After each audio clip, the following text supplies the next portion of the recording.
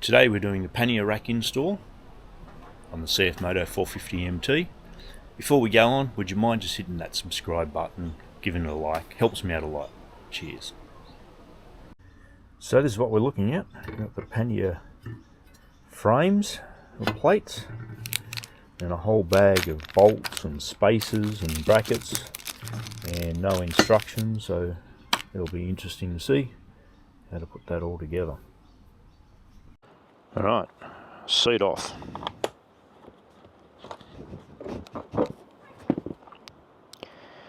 Next thing, we've got to take these panels off.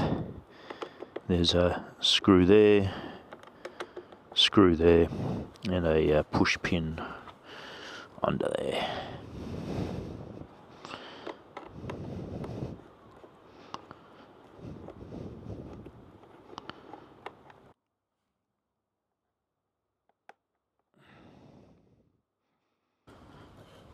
And there's another push pin there. There you go.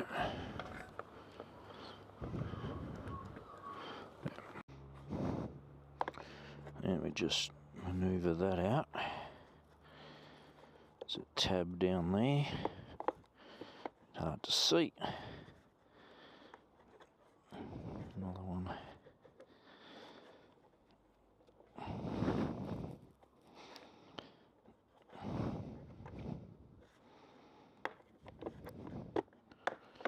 Yeah, maneuver that off. That's that. Then we do the same for the other side. These brackets do have a L and an R on it for left and right. So I put that in there, and I'm putting that between the foot peg and tightening that up. It's pretty straightforward. You obviously don't want to tighten that all the way up though, because that bracket has a bit of slide play in it, which you obviously need to keep free until you actually get this part of the bracket on and lined up. So I'm just getting that done up a little bit. I'll do the same to the other side.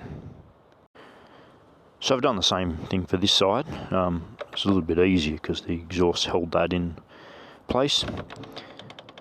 Again, I've just left that loose, so there's a bit of free play in that. So when we line up the bracket, I guess that's probably the last thing that will tighten.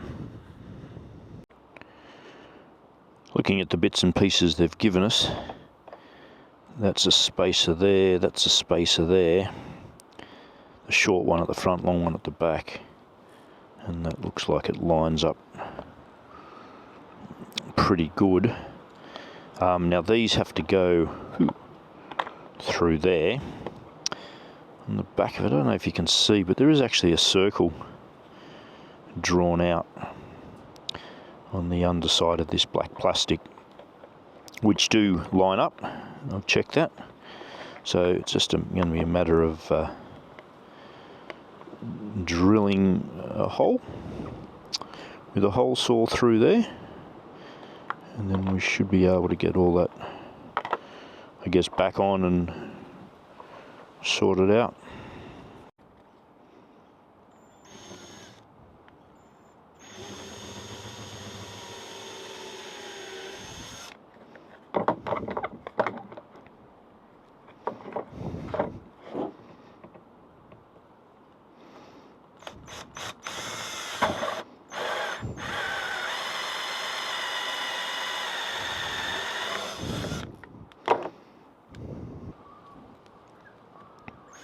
Yeah, so I'm just drilling a little pilot hole to get that started. Okay. I'll do it from this side here.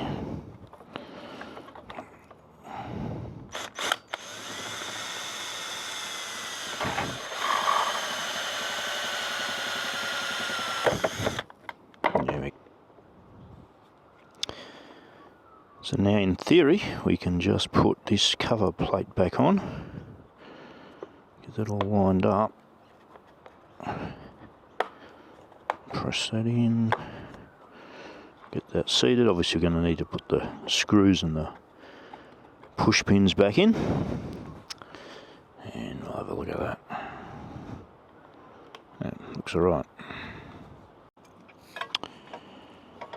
Alright, so when it comes to putting this on, you need the long spacer, long bolt that side, and I'm assuming they go on like that.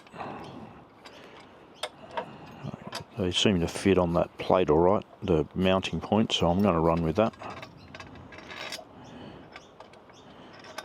And that will get put in there.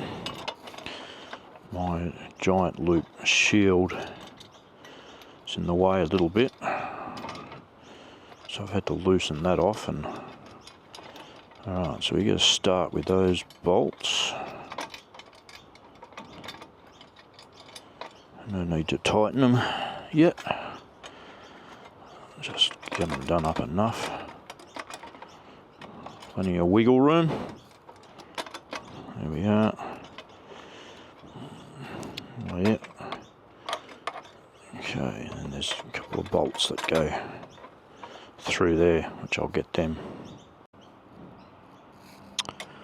Yes, that's just a short bolt, washer and nut which goes there. Now these nuts are a nylon lock nut, so I'll just get a start on that. Get the other one sorted. I'll get this in position, and then I'm actually going to, those top bolts I put in there, I'm actually going to pull them out in a second, put Loctite on them. I just wanted to make sure that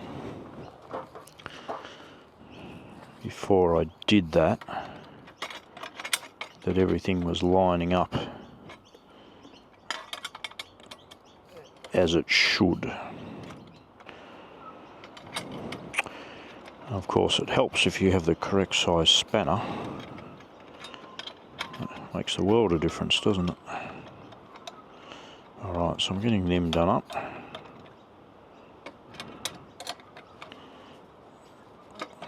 Again, I'll do them nice and tight. I've still got some wiggle room in there, and I haven't done them yet, but I'll probably manoeuvre that heat shield. Actually, that's probably not a bad position. I'll leave that, combining with that little piece there that bolted on. Gives me a pretty good coverage there. So that's done. I'm going to pull them out, put some Loctite on.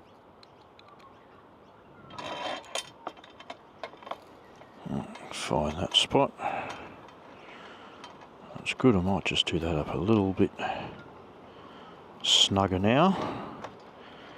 We do this side. I never really have a problem with bolts falling out. Anyway, famous last words, I suppose. I'll get that done up nicely. I did change those washers actually from standard. Out of the 4 washers, one of them wasn't right and the head went straight through. So rather than changing one, I changed all 4, so it looks a bit better. Alright, so that's pretty good. Tighten up that exhaust now. Now I have tightened up those bolts, but I just should point out, look, I don't know if it makes a real difference, but what I did was I relaxed that bolt to give it a bit of free play before tightening that up.